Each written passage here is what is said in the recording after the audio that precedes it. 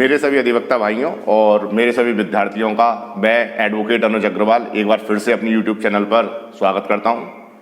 आज का बेसिकली जो मेरा लेक्चर है उसमें मैं सीआरपीसी का डेफिनेशन क्लॉज यानी इंटरप्रिटेशन क्लॉज डिस्कस करूंगा। जो मैंने लास्ट लेक्चर बनाया था उसमें मैंने सीआरपीसी में bailable offences, non bailable offences, cognizable offences, non cognizable offences, ये सभी मैंने डेफिनेशन उनके एसेंशियल एलिमेंट्स के बारे में डिस्कस किया था। तो आज के लेक्चर में हम लोग जो है जो डेफिनेशन क्लॉज है सीआरपीसी का जो सेक्शन 2 में दिया हुआ है उसको मैं पूरा डिस्कस करूंगा, तो वीडियो के अंत तक बने रहें। चलिए आज के लेक्चर की शुरुआत करते हैं। हर एक्ट का अपना एक डेफिनेशन क्लॉज या इंटरप्रिटेशन क्लॉज होता है और उस डेफिनेशन क्लॉज या इंटरप्रिटेशन क्लॉज का जो बेसिक ऑब्जेक्ट होता है वो ये होता है कि जो उस एक्ट में टेक्निकल वर्ड्स हैं उनको पहले ही डिस्कस कर लिया जाए, चाहे वो कोई भी सब्जेक्ट क्यों ना हो। आपने एविडेंस में भी देखा होगा कि सेक्शन 3 में दिया हुआ है, सीपीसी में भी उसका डेफिनेशन क्लॉज बताया हुआ है। तो इसी तरीके से सीआरपीसी में भी जो डेफिनेशन क्लॉज है या इंटरप्रिटेशन क्लॉज है उसको सेक्शन 2 में बता दिया गया है।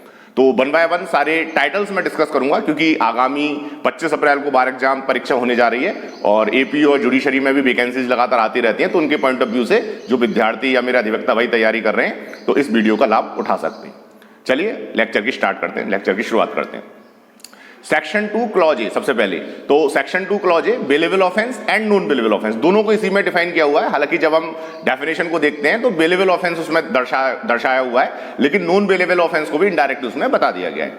सेक्शन 2 क्लॉज बी में चार्ज को डिफाइन किया हुआ है, आरोप को बताया हुआ है। उसके बाद section 2 clause C cognizable offence, तो याद रखने का तरीका ये है सी फॉर कॉग्निजेबल ऑफेंस। अब सेक्शन 2 क्लॉज सी आप जब कॉग्निजेबल ऑफेंस की डेफिनेशन को पढ़ रहे हैं तो उसके साथ आप कोरिलेट करेंगे सेक्शन 2 क्लॉज एल यानी नॉन कॉग्निजेबल ऑफेंस। तो section 2 clause C cognizable offence and section 2 clause L non cognizable offence. उसके बाद सेक्शन 2 क्लॉज डी कंप्लेंट को बताया हुआ है, परिवाद की परिभाषा इसमें दी हुई है।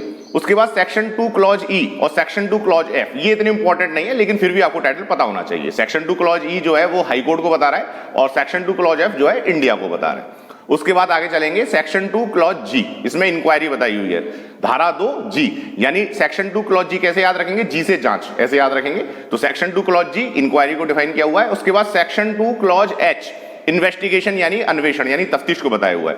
कायदे से तो पहले इन्वेस्टिगेशन होता है उसके बाद इंक्वायरी की बात आती है, लेकिन डेफिनेशन क्लॉज में उल्टा है। ये थोड़ा सा आपको याद रखना है कि जी में जांच है और एच में अन्वेषण है।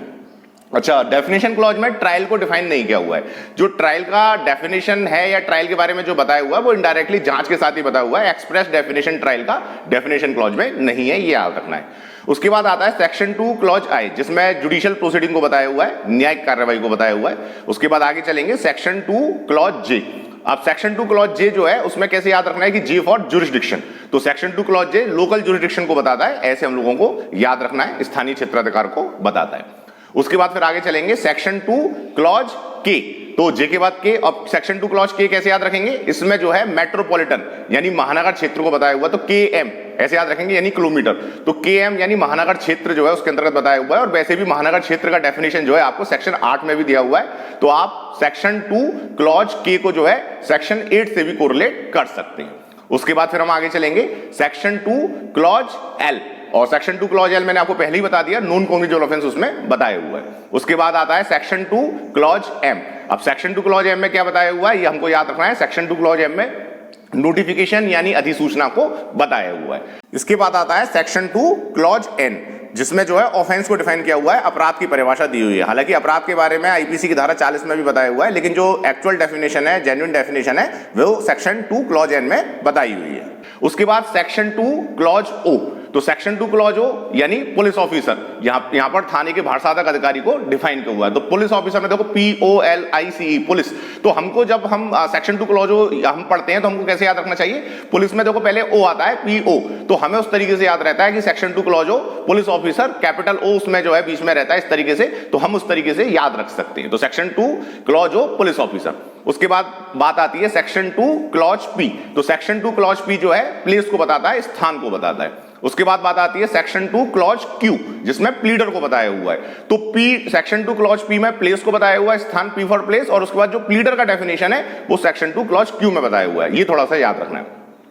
उसके बाद हम थोड़ा सा आगे चलेंगे सेक्शन 2 क्लॉज आर, तो सेक्शन 2 क्लॉज आर यानी पुलिस रिपोर्ट। तो पुलिस रिपोर्ट जो है वो सेक्शन 173 क्लॉज 2 के साथ भी कोरिलेट करना है, क्योंकि डेफिनेशन भी यही कहती है कि पुलिस रिपोर्ट से वही रिपोर्ट अभिप्रेत है जो कि धारा 173(2) के अंतर्गत भेजी जाती है। उसके बाद सेक्शन 2 क्लॉज एस यानी 2S, उसमें जो है पुलिस स्टेशन को बताया हुआ है, ये हमको याद रखना है। उसके बाद बात आती है सेक्शन 2 क्लॉज टी, तो सेक्शन 2 क्लॉज टी में प्रिस्क्राइब्ड को बताया हुआ है, ये इतना इंपॉर्टेंट नहीं है, फिर भी डेफिनेशन क्लॉज में इसको याद रखना है। उसके बाद बात आती है सेक्शन 2 क्लॉज यू, तो सेक्शन 2 क्लॉज यू में पब्लिक प्रोसिक्यूटर को बताया हुआ है, जिसमें हम सेक्शन 24 को इसके साथ कोरिलेट कर सकते हैं। उसके बाद सेक्शन 2 क्लॉज वी, तो सेक्शन 2 क्लॉज वी कैसे याद रखना है, यानी डिवीजन, तो वी उसमें यूवी वाला वी जो आता है, तो सब डिवीजन को जो है सेक्शन 2 क्लॉज वी में डिफाइन किया हुआ है। उसके बाद सेक्शन 2 क्लॉज डब्ल्यू, तो सेक्शन 2 क्लॉज डब्ल्यू में समन केस को बताया हुआ है, डब्ल्यू को उल्टा करेंगे तो एम आएगा, इस तरीके से याद रखना है। तो सेक्शन 2 क्लॉज डब्ल्यू में समन केस यानी समन मामलों को बताया हुआ है।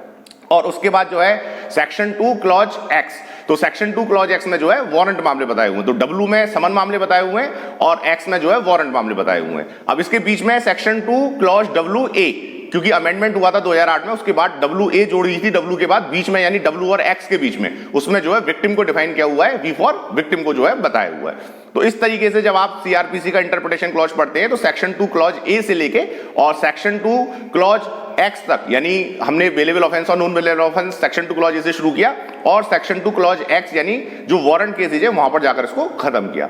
तो जो भी टाइटल्स हैं इनको हमें अच्छे से करना है, क्योंकि जो कंपटीशन होता है, जो भी जैसे ऑल इंडिया बार एग्जाम है, एपीओ, जुडिशरी है, तो डेफिनेशन क्लॉज से स्ट्रेट फॉरवर्ड कई क्वेश्चन बन जाते हैं सेक्शंस पर और बच्चे कंफ्यूज होते हैं, गलतियां करते हैं, तो हमको हर एक्ट का डेफिनेशन क्लॉज इसी तरीके से याद करना है। और आने वाले लेक्चर्स में मैं इस डेफिनेशन क्लॉज को थोड़ा सा इसको एक्सप्रेस करने की कोशिश करूंगा, इसको एलैबोरेट करने की कोशिश करूंगा।